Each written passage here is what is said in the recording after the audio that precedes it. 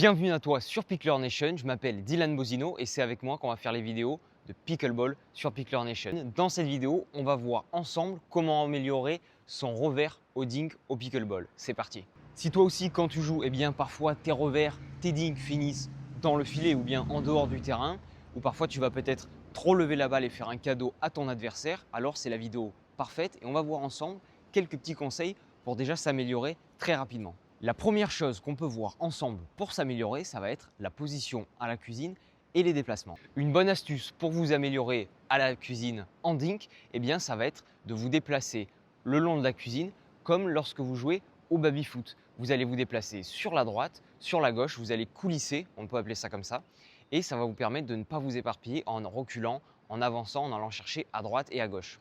Dans une autre de mes vidéos, je vous explique comment justement éviter d'avoir à reculer quand un adversaire vous envoie une balle qui va être trop basse. Mais ça, c'est un conseil plus spécifique, on y reviendra plus tard. Et le deuxième conseil que vous allez pouvoir apporter à cette astuce, lorsque vous vous déplacez en coulissant à droite et à gauche, ça va être de toujours vous déplacer en ne faisant qu'un pas sur la droite ou un pas sur la gauche. Les terrains du pickleball, ils ne sont pas très larges et vous allez pouvoir faire ça.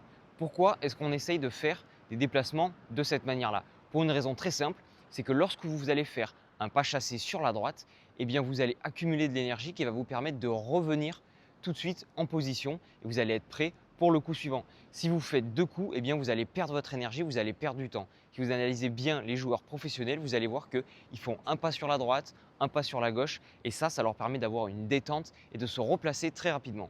C'est facile à faire, facile pour s'entraîner et vous avez des résultats immédiats. Deuxième astuce pour améliorer vos revers en dink à la cuisine, ça va être d'éviter d'utiliser votre poignet. Naturellement, on a envie de l'utiliser, on a envie de s'en servir. La règle d'or, la plus pratique, la plus facile à appliquer tout de suite au pickleball, c'est d'imaginer que votre poignet, il est relié à votre avant-bras et que les deux sont un petit peu comme quand si vous avez déjà eu un plâtre, ils sont bloqués ensemble. On évite au maximum ces mouvements de poignet. C'est je ne vais pas dire une interdiction, mais ça va être le moyen le plus rapide de vous améliorer. Vous considérez que lorsque vous bougez, vous allez faire des mouvements d'avant-bras, vous allez faire des mouvements avec votre épaule, mais surtout vous allez éviter les poignets. Alors maintenant qu'on a vu tout ça ensemble, comment faire pour vous entraîner? À votre prochain entraînement, avec des amis, des partenaires, vous pouvez prendre 5 minutes, 10 minutes. Évidemment, si vous pouvez plus vous entraîner, c'est encore mieux. Et ce que vous allez faire pour vous entraîner au back-end, au revers en dink à la cuisine, ça va être de demander à un partenaire de jouer volontairement sur vos revers. Ce que vous pouvez faire, c'est vous placer en plein milieu de votre zone de la cuisine et de demander à votre adversaire de vous faire travailler votre jeu de jambes, de vous faire déplacer à droite, de revenir pour que ça devienne une habitude. Et ensuite, vous allez aussi vous entraîner en même temps à bien bloquer votre poignet et votre avant-bras. Rappelez-vous, comme si vous aviez un plâtre, tout doit bouger ensemble, un petit peu comme un Playmobil. Et ça va vous permettre d'éviter d'utiliser le poignet qui est une source majeure d'erreurs et de fautes lorsqu'on fait des revers à la cuisine. Autre astuce, maintenant, si vous regardez nos vidéos régulièrement, vous êtes habitué à m'entendre le dire et le répéter dans quasiment toutes les vidéos de dink et à la cuisine, mais c'est un fondamental, c'est de toujours être préparé. Vous ne devez jamais avoir la raquette qui est en bas, avoir la raquette le long du corps. Pourquoi? Tout simplement car votre adversaire, lui, va jouer vite.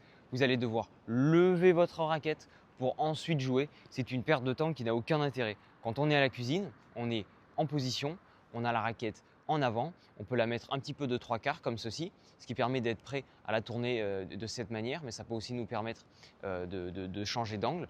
Et dans cette position, on est préparé. Si un adversaire nous attaque violemment, on n'a qu'à bouger la raquette, ce qui est plus rapide que d'être comme ça, la raquette en bas, et de devoir la lever, c'est beaucoup plus long. Résultat des courses, à la fin, vous allez être plus rapide. Si vous êtes plus rapide, vous faites de meilleurs dinks, vous faites de meilleurs revers et vous gagnez plus souvent. Si vous voulez qu'on puisse continuer à améliorer la qualité des vidéos, à faire des vidéos plus fréquemment, n'hésitez pas à vous abonner, à activer les notifications et à nous dire en commentaire ce que vous voulez voir à l'avenir sur les vidéos YouTube.